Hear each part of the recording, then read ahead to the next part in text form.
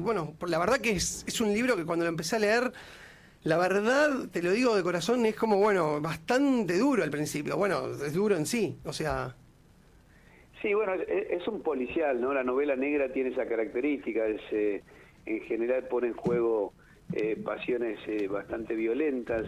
Yo escribo novelas policiales ya hace 20 y pico de años, 23 años, esta es la cuarta, la primera es Un crimen argentino, que hace 1 año y medio tuvo una versión cinematográfica, y nada, el objetivo central era, cada vez que yo escribo una novela me pongo algún desafío, porque siento que estoy en un proceso siempre de aprendizaje, y quería escribir un personaje femenino fuerte. Tenía, obviamente, mis otras novelas tienen personajes femeninos, pero ninguno protagonizando la historia, y se me cruzó la idea de que podía ser una chica paraguaya, que de pronto tuviera un proceso de transformación muy fuerte, y bueno, ese es el origen de la transformación que ocurre en la novela, de Blanca Rosa, esta chica abusada en el Paraguay, que llega a la Villa 31 y que se convierte en una referencia del narcomenudeo allí en la villa, y bueno, y va pasando de víctima a victimario, o alternando en realidad las dos situaciones. Camila. ¿Cómo estás, Reinaldo? Te habla Camila. Hola. Te quería preguntar, ¿qué mensaje esperás transmitir a los lectores a través de la historia de Blanca? Mira, en general cuando hago literatura no me planteo ningún mensaje más que la gente la pase bien, que se entretenga. Yo soy un buen lector desde muy chico, y en general busco en un libro lo que busco en una obra de teatro o en el cine, pasarla bien, entretenerme. El Negro Fontana Rosa decía que yo siempre quiero que me cuenten una historia que esté buena y que me la cuenten bien. Y bueno, trato de generar lo mismo que busco en un libro. Poner en marcha un mecanismo, un mundo, personajes que de pronto te acompañen durante un tiempo, y bueno, y te lleven a esa situación, a que creas esa convención que la literatura es ficción, por más que esté tratando de casos reales. Acá hay violencia, abuso, trata de personas, narcotráfico. También hay una trama que es muy entretenida para mí, que tiene que ver con lo sobrenatural. Hay una cosa ahí que funciona, que la lleva después a Blanca Rosa, a la Rey, a Madrid, donde se va desarrollando otra trama paralela. Pero centralmente, para sintetizar mi respuesta, lo que busco es entretener. Así de simple, esto que parece tan subvalorado, ¿no? Que alguien la pase bien. Reinaldo, a ver, vos, rosarino, bueno, todo el tema, justamente recién lo dijiste, el narcotráfico. Te tengo que hacer esta pregunta: ¿qué paralelismo ves entre la historia de Blanca y la situación actual del narcotráfico en Rosario y en la Argentina? Y bueno, la novela tiene mucho de eso. El policial tiene casi la obligación de hacer un registro de la sociedad, ¿no? El otro día hablábamos con algunos colegas, con Melina Torres, con Leo Yola, que son escritores también de policiales, y hablábamos de eso, ¿no? Que el policial, si vos que querés entender una sociedad, te puedes leer un policial y te la revela mejor que un diario, porque el género negro, el policial, siempre te muestra cómo es la sociedad, cómo funciona la justicia, cómo funciona la policía, qué pasa con el delito, qué tipo de delitos hay. Es muy interesante eso. Yo siempre cuento la anécdota de Suecia, ¿no? Que todo el mundo ponía a Suecia como el gran modelo del estado de bienestar, etcétera, etcétera. Y cuando yo empecé a leer Henning Mankell, que es uno de los autores policiales más interesantes que tiene Suecia, te encontrás con empresarios corruptos, con nazis, con policías venales, con un montón de cosas. Y dice, ¿cuál es la Suecia real? Y yo creo que la más real es la que cuenta Mankell, no la que nos vendieron. Por eso digo, esos códigos hacen que uno esté muy cerca. Yo investigué mucho este tema desde el punto de vista periodístico, pero también lo investigué para la novela. El narcotráfico es el principal adversario de los sistemas democráticos en la región. Me parece que no lo entienden los dirigentes políticos nada más, pero es un enemigo con recursos ilimitados, con un poder tremendo, y bueno, y se filtra en el policial porque es el género que cuenta más cerquita de la realidad. Muy interesante. Hablando de este último tema, Reinaldo, también sobre la actualidad y cómo está impactando el narcotráfico en nuestra sociedad, ¿cuál es tu opinión sobre las medidas que está tomando el gobierno para combatir el narcotráfico y la trata de personas?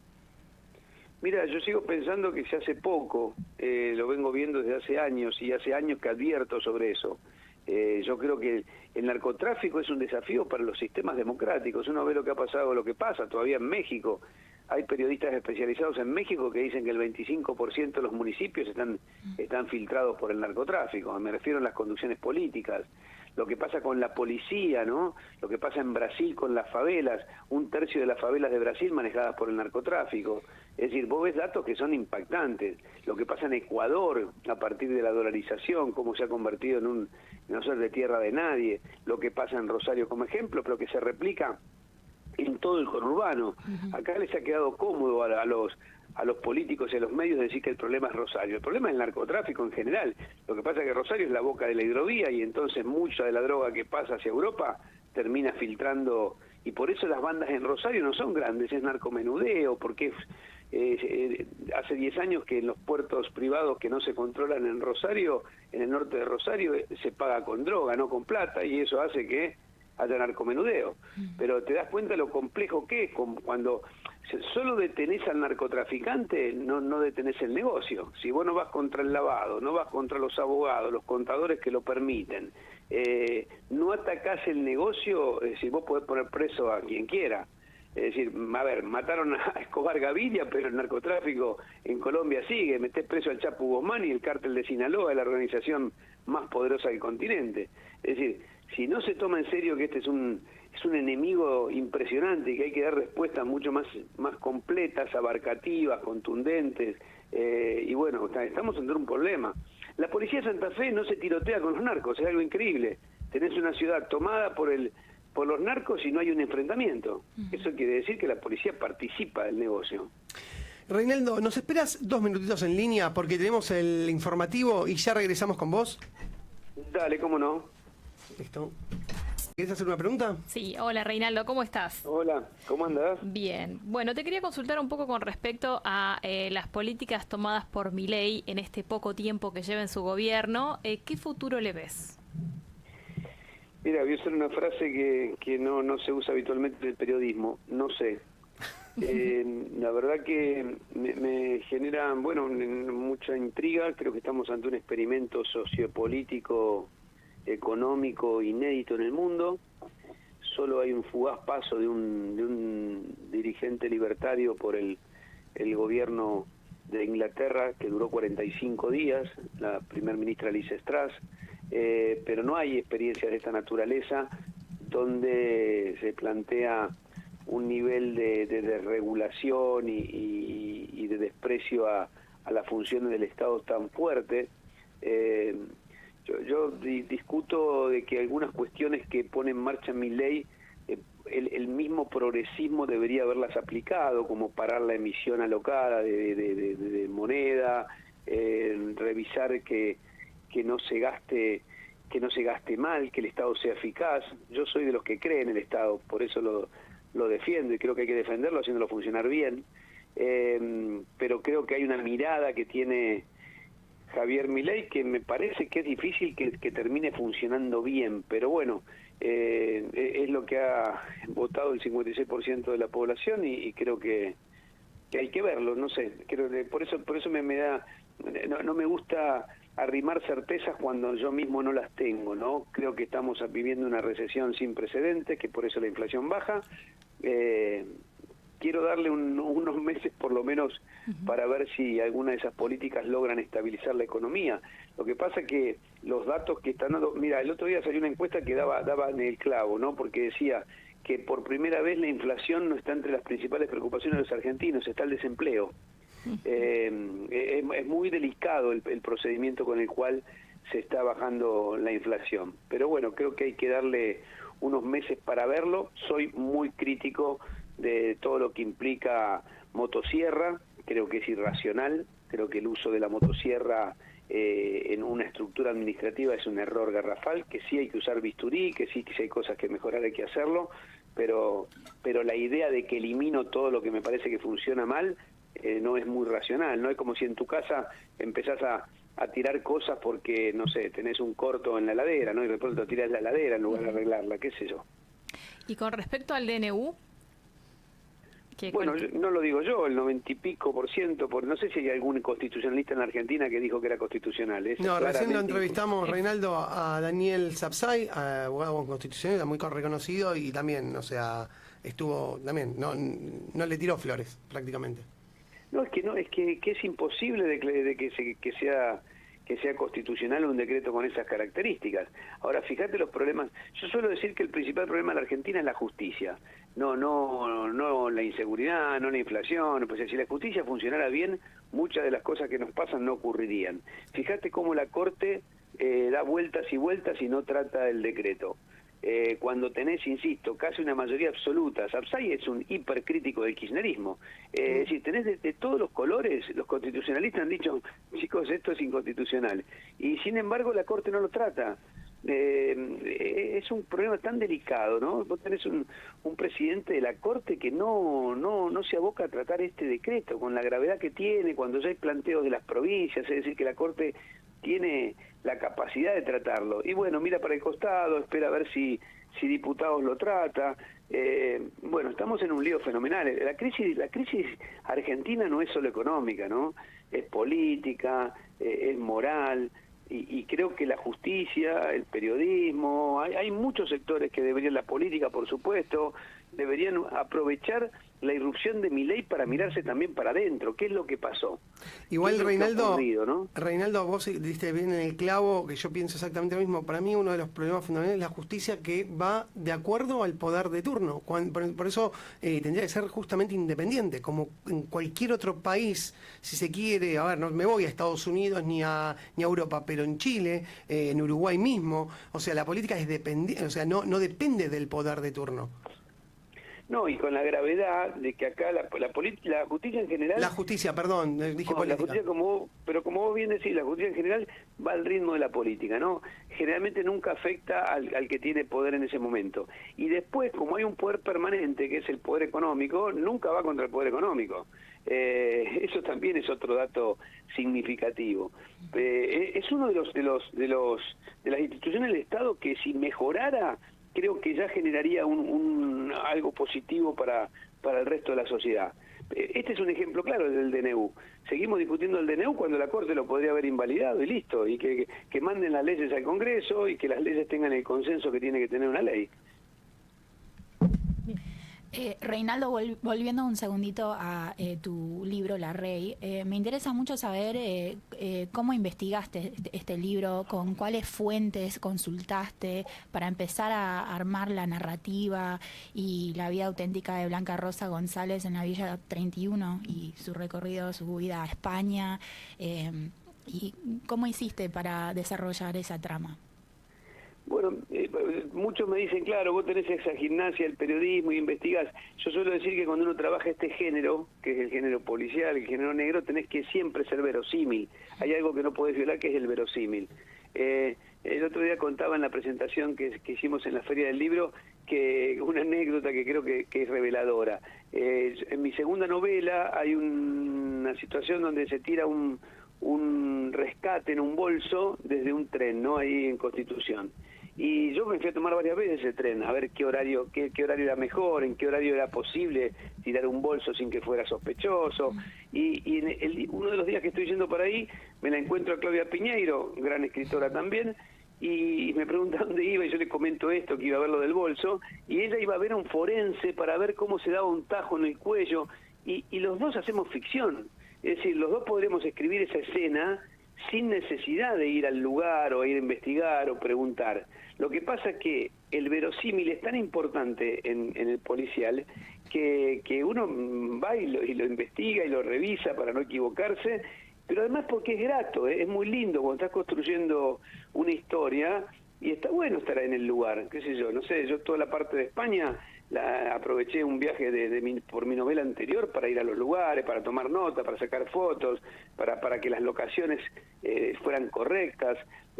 Todo eso va alimentando la novela, a pesar de que se trata de una ficción que uno podría escribir sin estar en el lugar. Reinaldo, ¿y qué, volviendo obviamente también haciendo hincapié en el libro, qué mensaje esperás transmitir a los lectores a través de la historia de Blanca? Un poco lo respondí antes, no es que pretendo ningún mensaje, yo creo que acá que una mujer se empodere tan fuerte y pueda tomarse revancha. El otro día me decía alguien, parece un Kill Bill del subdesarrollo tu libro. Blanca Rosa parece un Maturman cuando hace esa transformación y no deja pasar ninguna afrenta más, ¿no? Se cobra todo lo que le hacen. Me gustó un poco esa idea, me pareció divertida.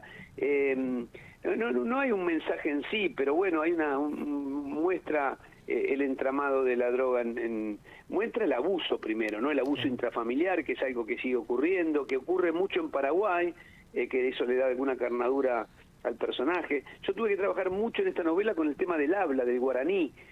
Trabajé con una escritora paraguaya que vive en Buenos Aires, se llama Lisa Edo, que es muy talentosa, que me ayudó mucho con eso. El tema del habla ha sido muy importante, porque hay paraguayos, hay peruanos, hay españoles en la novela, y no podés equivocarte tampoco con eso, para que la novela no pierda el verosímil.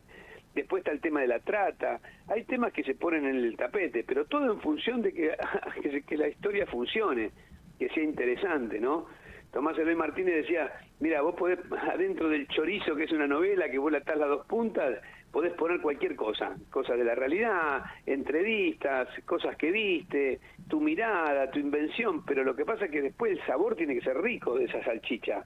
Claro. Lo único que no podés hacer es que la novela se caiga, no entretenga, porque el lector te abandona. No te tienen la paciencia que le tendrían a Joyce o a Borges.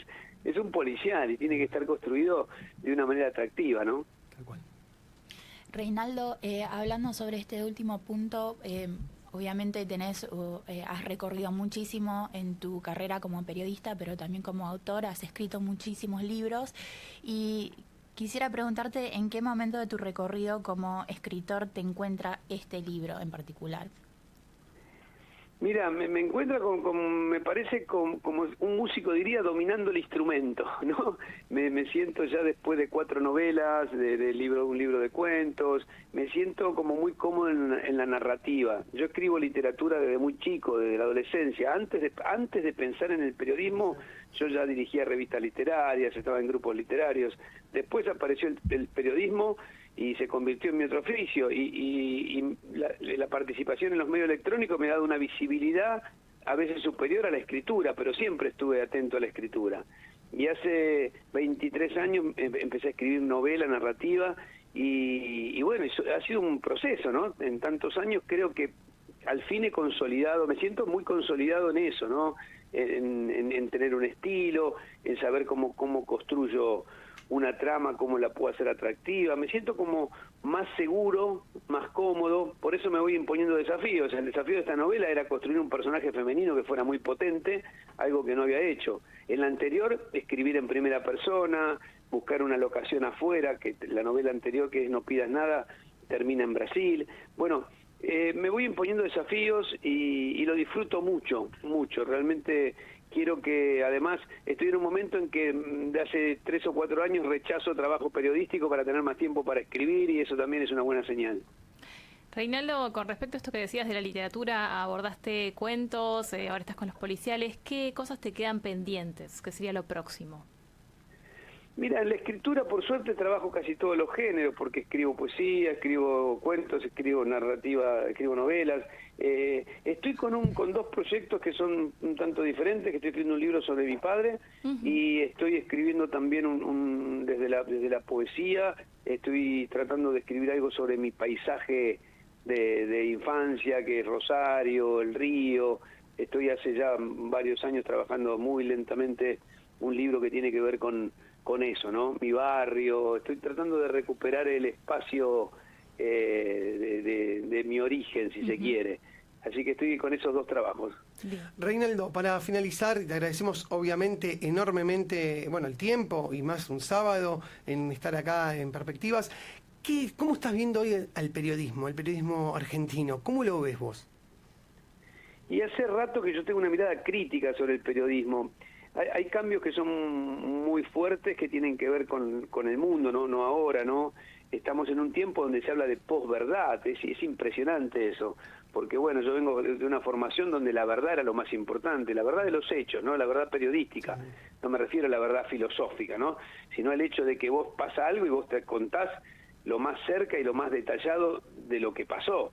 no hay dudas en eso. Después puede haber una mirada subjetiva, la hay siempre, del que escribe, del medio donde se emite la información, pero no se vulneraba el hecho era sagrado, lo que pasó, pasó. O sea, podías tener distinta visión, pero nadie torcía el hecho. Y desde hace un tiempo a esta parte eso empezó a ser vulnerado, ¿no? Yo recomiendo siempre una serie que se llama The Loudest Voice, la voz más alta, la voz más fuerte, se las recomiendo, que cuenta el nacimiento de la cadena Fox y cómo ellos se dan cuenta de que tienen que comunicar y tienen que conformar lo que pide el público, ¿no? Y hay algunas reuniones de edición donde, por ejemplo, cuando se da el tema de las armas químicas, las armas de destrucción masiva en Irak, algunos periodistas dicen, pero no tenemos nada, no hay datos de esto. Y el editor le dice, no importa. Ahí te empezás a dar cuenta cómo empieza a virar la cosa y la verdad deja de ser importante. Y en Argentina eso pasó en el 2008 con el enfrentamiento entre el campo y las entidades del campo y el kirchnerismo.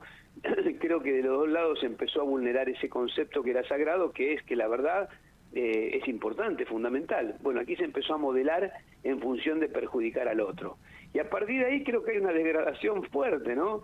Del periodismo. Yo en pandemia armé un libro que se llama Periodismo, Instrucciones de Uso, mira, ahora va por la 3ª edición, me tiene muy contento porque sé que se está usando en las universidades. Le pedí a 10 periodistas que escribieran sobre 10 temas que me interesaban a mí poner en cuestión. Algunos de esos periodistas son gente con la que no tengo tanta coincidencia, pero a los que considero honestos, que trabajan bien, sobre cómo se investiga en este momento, qué pasa con la publicidad, qué pasa con el clic, con el cliqueo que nos ha cambiado todo. Bueno, distintos temas, distintos abordajes sobre la cuestión ética, cómo contar en este momento, cómo contar y hacer algo atractivo. Así que para mí es una gran preocupación. Yo creo que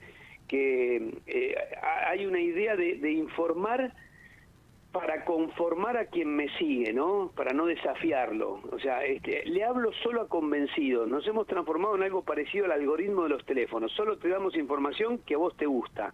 Y eso hace que, en esa lógica, para mantener esa fidelidad de tu público, que se ha transformado en una hinchada más que en un público, yo empiezo a vulnerar algunas pautas de la profesión que eran sagradas y, bueno, que han quedado casi como una antiguaya.